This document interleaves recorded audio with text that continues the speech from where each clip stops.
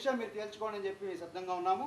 ఖచ్చితంగా మాకు న్యాయం జరగకపోతే ప్రధాని సార్ ఇప్పుడు ఇంతవరకు చరిత్రలో మేము విశాఖ రోడ్ల మీద కానీ ఢిల్లీ రోడ్ల మీద కానీ 2 టౌన్ల మధ్యలో లోకల్ పోలీసులు ఎంటర్ అయిపోతున్నారు. మీకు నాకు పంచాయతీ కాదయ్యా, మాకు రైల్వే వాళ్ళకి పంచాయతీ అంటే మిమ్మల్ని రికమెండేషన్ ఫార్వర్డ్ చేయడానికి వాళ్ళు ఏం చెప్తున్నారు, బహుమతిగా డిఆర్ఎం గారి ద్వారా రికమెండేషన్ ఫార్వర్డ్ చేసుకుని మా దగ్గరికి రండి.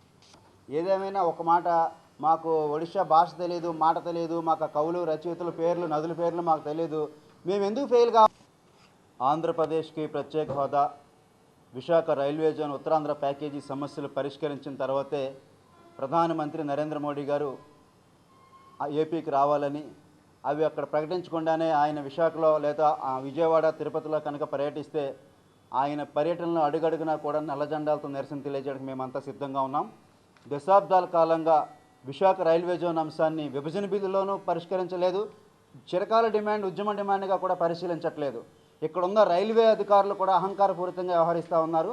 మరీ ముఖ్యంగా ఒడిశాలో భువనేశ్వర్ తాలూకాలో ఉన్న అధికారులు, రైల్వే అధికారులు మాకు తెలియని ప్రశ్నలు, ఒడిశాలో కవుల పేర్లు, రచయితల పేర్లు, నదుల పేర్లు, వాళ్ళ సంస్కృతి సంప్రదాయాలు మాకు ఎలా అర్థమవుతాయి? మేము తెలుగు వాళ్ళం, శ్రీకాకుళం, విజయనగరం, విశాఖపట్నం సంబంధించి అవి కూడా మేము చదివితేనే మాకు ఉద్యోగాలు వస్తాయా?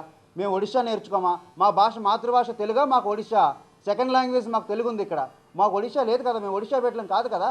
లేదంటే మీ 3 జిల్లాలు ఒడిషాలో కలపడానికి ఏదన్నా ప్రతిపాదన తయారు చేసుకోండి, మేము సిద్ధంగా ఉంటాం. జై ఒడిషా అంటాం, జై నవీన్ పట్నాయక్ అంటాం. మాకు ముఖ్యమంత్రి చంద్రబాబు నాయుడు లేకపోతే నవీన్ పట్నాయక్ అర్థం కాని దుస్థితిలో మేము ఉన్నాం. ఎందుకు రైల్వే పరంగా మమ్మల్ని ఇన్ని బాధలు పెడతా ఉన్నారు, ఇన్ని ఇబ్బందులు పెడతా ఉన్నారు, రాచి రంపాను పెడతా ఉన్నారు. తెలుగు వాళ్ళ పేర్లు కనపడితే తీసేస్తూ ఉన్నారు, తెలుగు వాళ్ళ మాట వినపడితే ప్రమోషన్లు రావట్లేదు.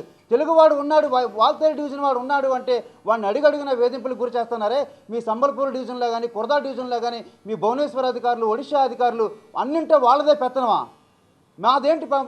సుమారు అధికారికంగా 10,000 కోట్ల రూపాయల పైగా ఆదాయం. ఆ ఆదాయం ఎంత అన్నది కూడా వాళ్ళు సక్రమంగా చెప్పడం లేదు. ఒకసారి 6,000 అంటారు, ఒకసారి 7,000 అంటారు, ఒకసారి 8,000 అంటారు. వాస్తవానికి నాకు అందిన సమాచారం ప్రకారం విశాఖ వాల్తేరు డివిజన్ ఆదాయం 10,000 కోట్ల పైగా ఉంది.